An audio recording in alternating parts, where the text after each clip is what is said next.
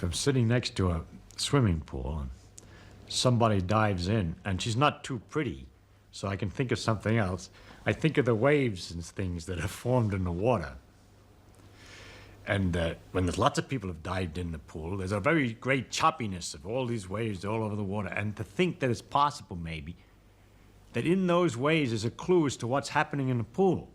That some sort of insect or something with sufficient cleverness could sit in the corner of the pool and just be disturbed by the waves, and by the nature of the irregularities and bumping of the waves, have figured out who jumped in, where and when, and where, what's happening all over the pool.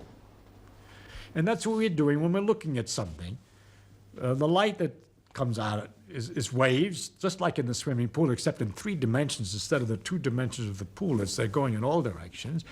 And we have an 1/8 of an inch black hole into which these things go, which is particularly sensitive to the parts of the waves that are coming in a particular direction. It's not particularly sensitive when they're coming in at the wrong angle, which we say is from the corner of our eye.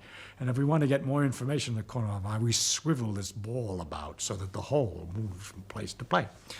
Then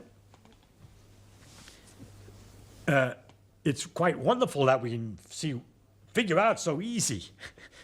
That's really because the light waves are easier than the waves in the water are a little bit more complicated. It would have been harder for the bug than for us, but it's the same idea, to figure out what the thing is that we're looking at a distance.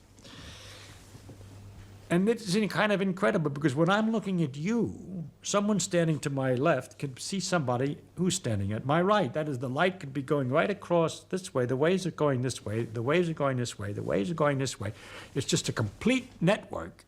Now, it's easy to think of them as arrows passing each other, but that's not the way it is, because all it is something shaking. It's called the electric field, but we don't have to bother with what it is. It's just like the water height is going up and down. So there's some quantities shaking about here, and in a combination of motions that's so elaborate and complicated that that result is to produce an influence which makes me see you, at the same time completely undisturbed by the fact that there are influences that represent the other guy seeing him on this side. So that there's this tremendous mess of waves all over in space, which is the light bouncing around the room and going from one thing to the other. Because, of course, most of the room doesn't have 1/8 inch black holes. It's not interested in that light, but the light's there anyway. I mean, it bounces off this and it bounces off that, and all this is going on, and yet we can sort it out with this instrument. But beside all that, you see, those waves that I was talking about in the water, maybe they're so big, some of them, and then you could have slower swashes, which are longer and shorter. And perhaps our animal who's making his study is only using waves between this length and that length.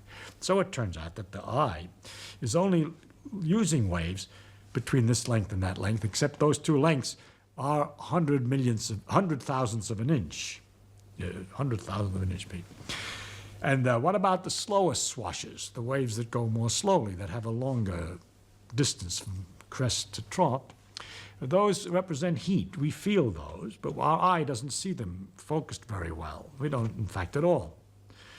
The shorter waves are blue, the light, and the longer waves are red. But when it gets longer than that, we call it infrared. All this is in there at the same time. That's the heat.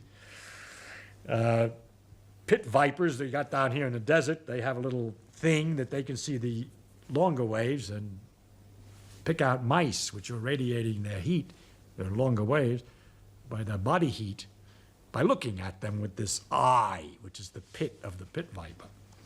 But we aren't able to do that. And then these waves get longer and longer, and all through the same space. All these things are going on at the same time, so that in this space, there's not only my vision of you, but information from Moscow radio that's being broadcast at the present moment, and the singing of somebody from Peru.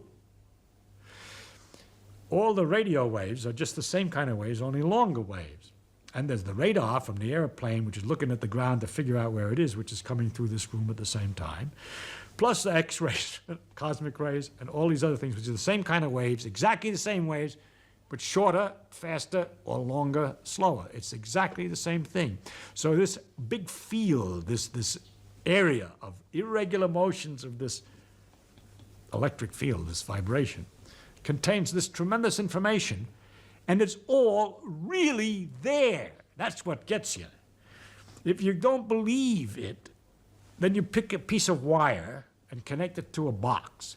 And in the wire, the electrons will be pushed back and forth by this electric field, sloshing just at the right speed for a certain kind of long ways.